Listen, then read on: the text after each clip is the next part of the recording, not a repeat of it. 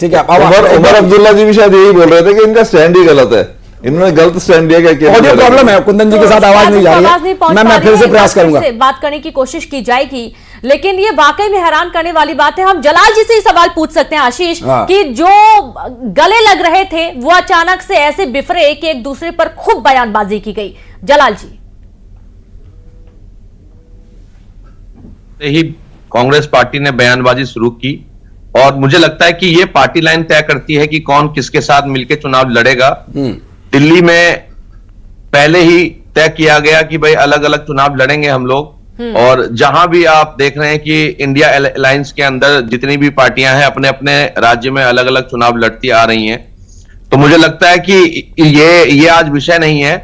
आज विषय ये है कि दिल्ली की जनता का मैंडेट जो है, जो आपको अभी रुझानों में दिख जलाल भाई है, विषय है, बिल्कुल प्रासंगिक विषय है। मैं सवाल पूछूंगा आपसे, आप भी कहेंगे कि हाँ प्रासंगिक है। ठीक है, आपकी 25 सीटें आ रही, मुझे लगता है आपको तो आवाज ठीक से आ रही होगी और अभी ये रुझान है ठीक ठाक आपको मिल रहा है, जनता ने कुछ ना कुछ भूमिका आपके लिए भी तय की है। लेकिन ये कंफ्यूजिंग नहीं होता क्या कि आप लोकसभा चुनाव में तो एक दूसरे के हाथ मिलाएं, फिर जब विधानसभा चुनाव में वो एक दूसरे के सामने तलवारें खींचे खड़े, तो ये कार्यकर्ताओं के लिए, वोटर्स के लिए थोड़ी कंफ्यूजन वाली स्थिति रहती है। क्या आपको नहीं लगता कि एक स्पष्ट स्टैंड रखना चाहिए था?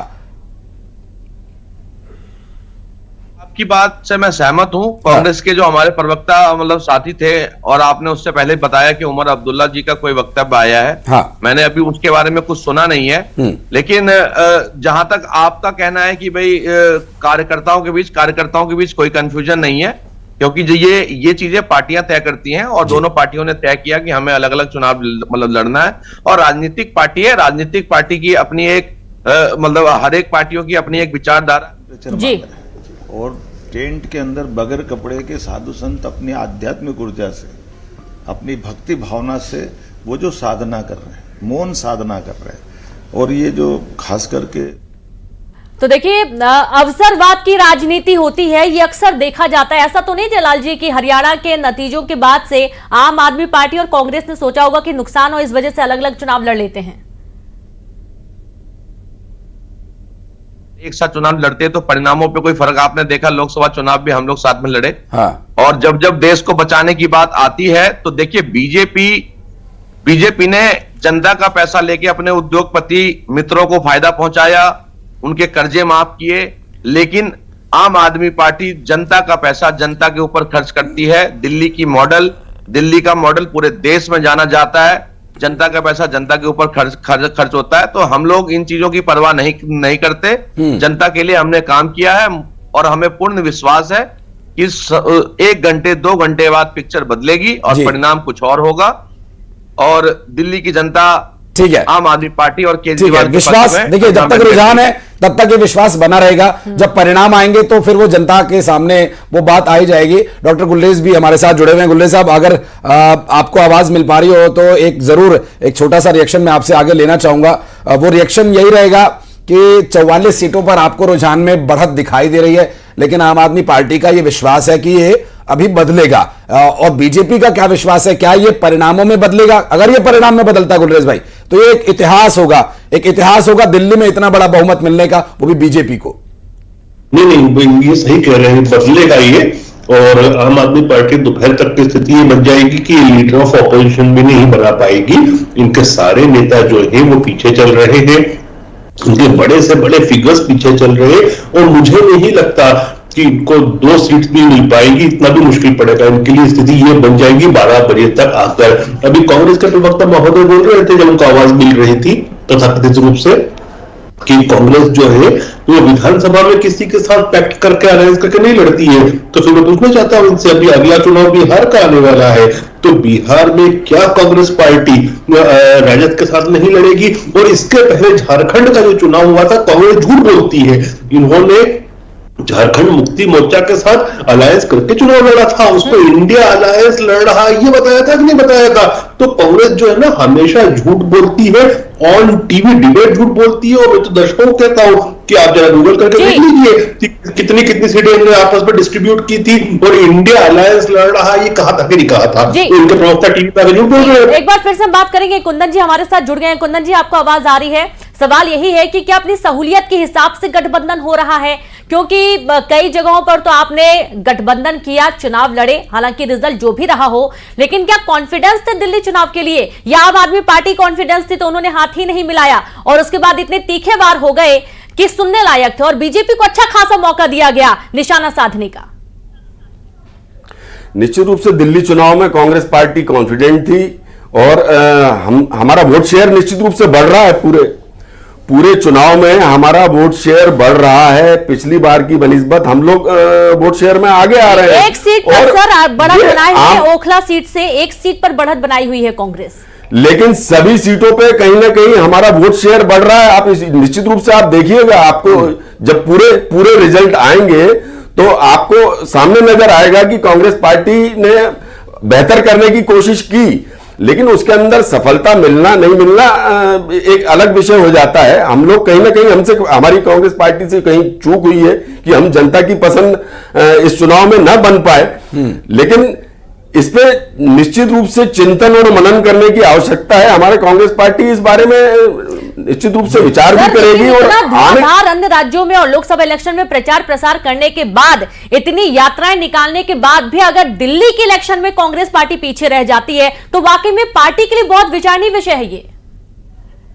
देखिए, दिल्ली के अंदर भारतीय जनता पार्टी और आपने हमेशा वहां पे झूठे जो वादे और लॉलीपॉप देने की कोशिश लगातार लंबे समय से चल रही थी, जो वहां पे मुफ्त की रेवड़ियां बांटने की भारतीय जनता पार्टी बात कर रही थी, उसी को लेके भारतीय जनता पार्टी ने भी वही काम किया। मैनिफेस्टो में भी जो आप आदमी पार्टी ये काम करती थी कि वहां पे मुफ्त की रेवड़ियां बांटने के लिए उस पर सवाल किया करती थी, भारतीय जनता पार्टी आज मुफ्त की रेवड़ियां बांटने के लिए ही भारतीय जनता पार्टी वहां पे जनता के साथ में राकेश जी बहुत मुस्कुरा रहे हैं, क्योंकि मुफ्त की रेवड़ियां तो हर कोई बांट रहा है और जनता मुफ्त की रेवड़ियों पे नहीं काम पर भरोसा करती है, और ये दिल्ली की जनता है, बहुत होशियार है और जनमानस को समझ पाना बहुत टेढ़ी खीर हो चुका है। अब वो जनता नहीं कि जाके पूछेंगे कि आप किसे पसंद करें और वो बता देंगे, वो कह देते हैं सीधे मतदान के बाद अब रिजल्ट देखिएगा, खुद ब खुद पता चल जाएगा। राकेश जी, मुफ्त की रेवड़ियां हर पार्टी बांटती है, हर पार्टी के मैनिफेस्टो में वही बातें हैं,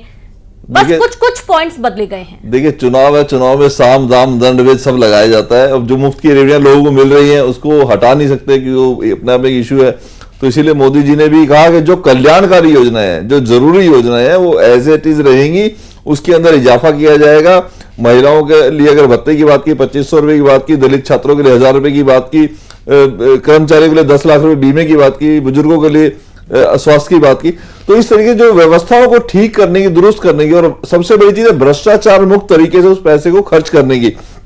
तो देश की जनता, दिल्ली की जनता ये जानती है कि अगर भ्रष्टाचार मुक्त कोई पार्टी की हम बात कर सकते हैं तो सिर्फ भाजपा की बात कर सकते हैं, और मोदी जी की गारंटी पे लोगों को विश्वास रहा, और जो पिछले 27 साल का जो वनवास है भाजपा का खत्म होता हुआ दिखाई दे रहा है, वो इसी वजह से कि लोगों ने मोदी जी की बात पे यकीन किया, मोदी जी गारंटी पे विश्वास किया, और आम आदमी पार्टी की जितनी भी घोषणाएं थी उनको एक झूठ माना, उनको एक जुमला माना, उनको एक लॉलीपॉप माना, शगुफा माना, और उसको नकार दिया। क्यों? काम भी कुछ नहीं किया।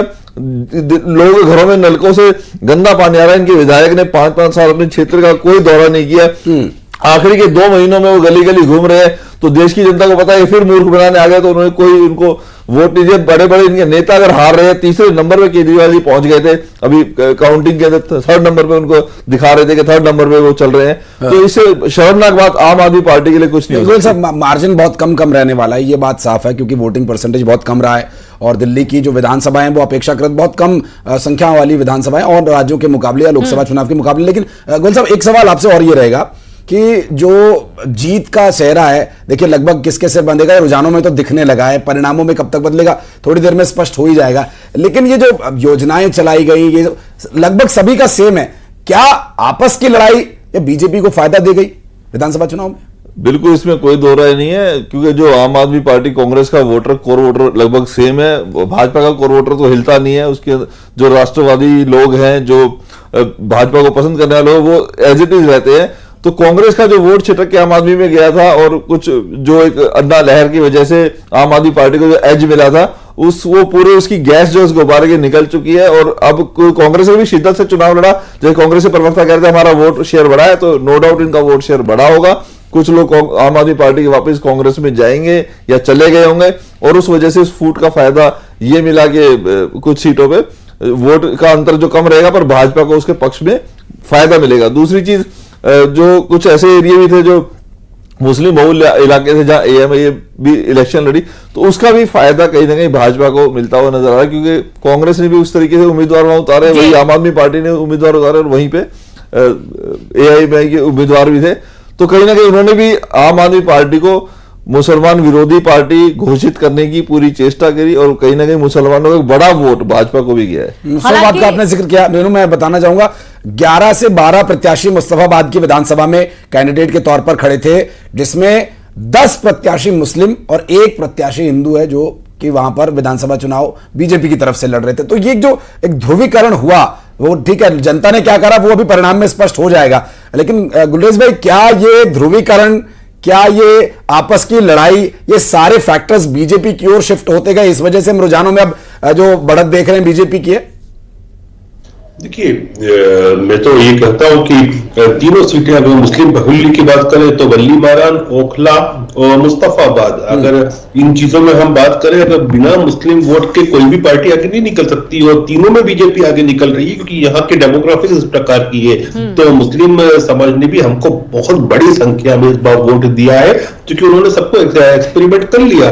उन्होंने देख लिया कि आम आदमी पार्टी क्या करती है, इससे पहले कांग्रेस क्या करती थी, तो अब वो बीजेपी पर ही यकीन करके साथ आ रहे हैं। जहां तक बात है दिल्ली की कि आप कह रहे हैं कि क्या ये फैक्टर, देखिए कोई भी जीत के पीछे या कोई भी हार के पीछे हो सकता है मल्टीपल फैक्टर्स रहे हो, लेकिन जब आप 15 साल तक के ऑलमोस्ट दिल्ली पर शासन कर रहे हो तो सबसे बड़ा फैक्टर तो आप ही हो।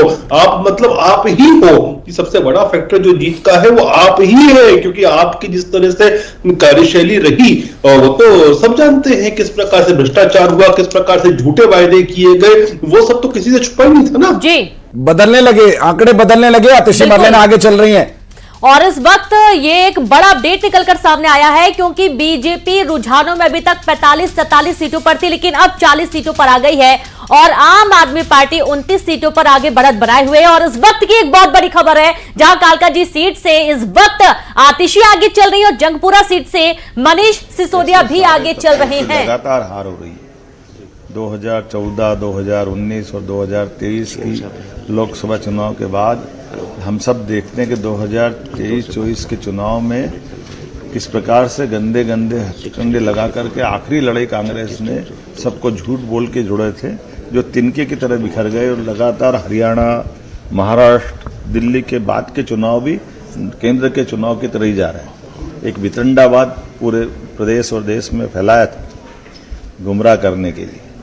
इन सबको सबक है अपने आप में कि वो अपने अंदर झांक के देखे, और आप पार्टी वाले हो, बाप पार्टी वाले हो, कांग्रेस वाले हो, इन सबको सोचने की जरूरत है कि देश की जनता इनकी सबकी असलियत जान चुकी है और ये फैले हुए कीचड़ में कमल खिल रहा है। इस बात की आनंद है। बधाई देना चाहूँगा यशस्वी प्रधानमंत्री श्रीमान नरेंद्र मोदी जी को, बधाई देना चाहूँगा हमारे राष्ट्रीय अध्यक्ष श्रीमान JP नड्डा जी को, जिनके अध्यक्षीय कार्यकाल में ये हमारा अश्वमेघ यज्ञ जीत का निर्बाध घोड़ा दौड़ रहा है और आनंद से पूरा प्रदेश और देश आज जिस तरह से महसूस कर रहा है।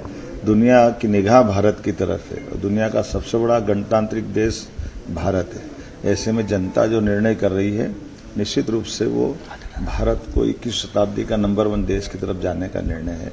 मेरी अपनी ओर से बधाई। आम आदमी पार्टी के चेहरे थे अरविंद केजरीवाल CM के, वो खुद पीछे चल रहे हैं, आतिशी पीछे चल रहे हैं। देखो, जनता सब जानती है, जब आपको कोर्ट नहीं मानते हो, कचहरी नहीं मानते हो, जनता कोई बात नहीं मानते हो, लगातार झूठ बोलते हो, तो झूठ के और भूत के पाँव नहीं होते, ये इनको धड़ाम से जमीन पे आना ही पड़ता है।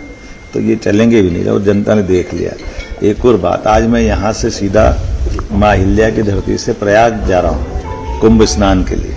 मुझे इस बात का संतोष है कि कुंभ एक ऐसा आध्यात्मिक मेला है। तो देखिए, मुख्यमंत्री डॉक्टर मोहन यादव को आप सुन रहे थे, जिन्होंने कहा कि भूत और झूठ के पांव नहीं होते, धड़ाम से जमीन पर आकर गिरते हैं। और इस वक्त एक ये बड़ी खबर, जहां जंगपुरा सीट से मनीष सिसोदिया आगे चल रहे हैं, तो वहीं आतिशी भी आगे चली। और एक और बड़ी खबर, जहां नई दिल्ली सीट से इस वक्त केजरीवाल भी आगे चल रहे हैं। एक बहुत बड़ा ये बदलाव इस वक्त देखने को मिल रहा है। जो रुझान सामने आ रहे हैं उनमें काफी तब्दीली देखने को मिल रही है। कई बार ये आंकड़े, जो अंतर होता है रुझानों में आम आदमी पार्टी और बीजेपी के बीच में, वो कई बार 10 से 12 होता है और कई बार 8 या 9 पर भी आ जाता है। तो आशीष, कुछ भी कहना अभी कह सकते हैं कि बहुत बड़ा अंतर आ सकता है या फिर बहुत बड़ी तब्दीली देखी जा सकती है, क्योंकि अभी जो तीनों बड़े नेता आम आदमी पार्टी के पीछे चल रहे थे, वो एक साथ आगे बढ़ने लगे। बिल्कुल रेनू, कोई कुछ भी कहे, कोई राजनेता, कोई प्रवक्ता कुछ भी कहे, जलाल चौधरी जी कुछ भी कहे, लेकिन जलाल चौधरी जी, थोड़ी राहत तो मिली होगी आपको ये खबर सुनकर कि अरविंद केजरीवाल भी आगे चल रहे हैं, आतिशी मरलेना भी आगे चल रही है और मनीष सिसोदिया भी अब आगे चल रहे हैं।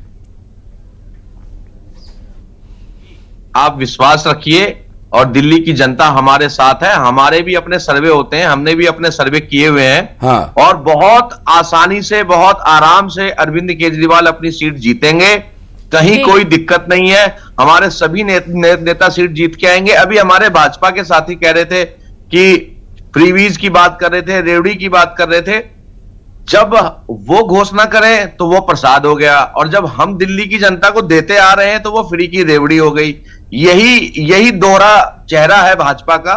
जैसे वो लोग जुमला फेंकते हैं कि 15 लाख आपके खाते में आएगा, या अन्य राज्यों में जो काम उन्होंने वादे नहीं किए, तो दिल्ली की जनता ने देखा है कि केजरीवाल ने जो कहा वो किया। जितने मैनिफेस्टो हमने पिछले चुनावों में जारी किया, उन मैनिफेस्टो पे काम किया है। मैं अभी भी आपसे कह रहा हूं कि मुझे पूर्ण विश्वास है। आप लिख के ले लीजिए, अरविंद केजरीवाल अपनी सीट भारी अंतर से जीतकर आएंगे। मनीष सिसोदिया, आतिशी जी, सभी लोग अपनी सीट जीतेंगे और सरकार आम आदमी पार्टी की बनेगी आज। लेकिन जलाल भाई, एक बात और, क्या नैरेटिव सेट करने में आप लोग पीछे रह गए? बीजेपी ने जो कहा, या प्रधानमंत्री के जो बयान आए, या बीजेपी के जो प्रदेश अध्यक्ष थे उनके जो बयान आए, उनके बयानों के इर्द गिर्द आप लोगों ने जवाब दिए, नैरेटिव आप लोग सेट नहीं कर पाए। क्या आप इस बात से इत्तेफाक रखते हैं?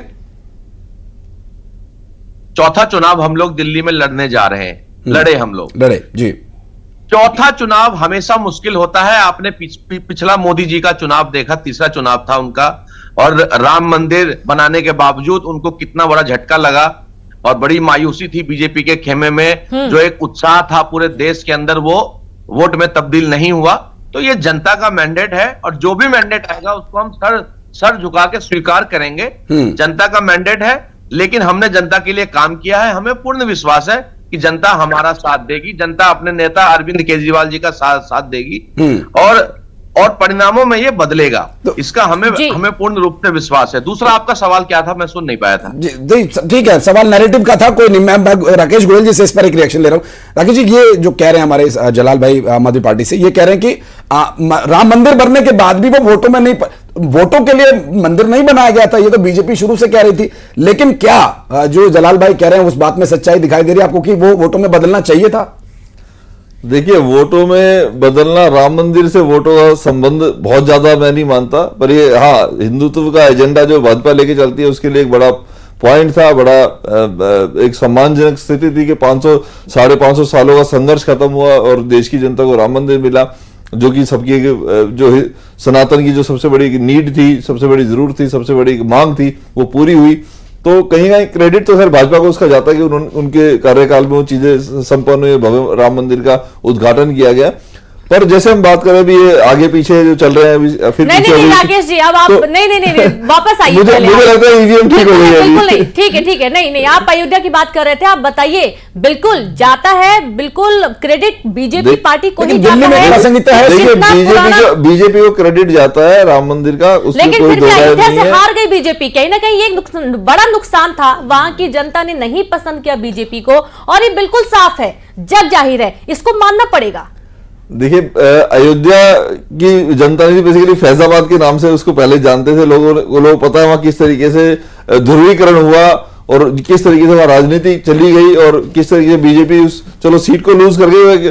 कहीं ना कहीं दुख भरी बात हमें भी लगती थी कि शायद वहां से नहीं हारना चाहिए था, पर वो उनकी हालांकि सिर्फ अयोध्या नहीं, पूरे उत्तर प्रदेश में बीजेपी की सीट कम हुई थी। ये मानना होगा। हालांकि अभी जो दिल्ली के रुझान सामने आ रहे हैं वो बेहतर हैं, ये भी अच्छी बात है। पर देखिए कैसे कमबैक कर रही है, मिल्कीपुर आज जीत रही है भाजपा, वही मिल्कीपुर है, वही अयोध्या के आपके बिल्कुल मिल्कीपुर सीट से अच्छे खासे 10,000 वोट से आगे चल रही है बीजेपी वहां पर। बिल्कुल, तो हमें ये भी देखना है कई बार क्या देखो, पिछड़ना हार नहीं है, छोड़ देना हार होती है। भाजपा पिछड़ी जरूर थी, भाजपा ने संघर्ष छोड़ा नहीं, और 27 साल बाद दिल्ली के उसको जीत रहे हैं, वो दिल्ली में सरकार बनाने जा रहे हैं। इस तरीके से अगर यूपी के अंदर पिछड़े तो अब वापस उन्होंने जो उपचुनाव हुए उसके अंदर कमबैक किया और वापस वो सारी सीटें। बिल्कुल, एक बात बहुत अच्छी है, ये बहुत अच्छी बात है आशीष, की बीजेपी कभी भी कोई चीज छोड़ती नहीं है, मेहनत करती रहती है, कोशिश करती रहती है। वही वाली बात है कि आज नहीं तो कल सफलता मिलेगी जरूर। ये देखिए हर पार्टी के लिए जरूरी होता है, चाहे वो कांग्रेस हो, आम आदमी पार्टी हो, बीजेपी हो, हर किसी को अपने चुनाव के लिए दम लगाना पड़ता है। लेकिन बीजेपी का जो तरीका है वो चुनाव लड़ने और लड़वाने का तरीका है।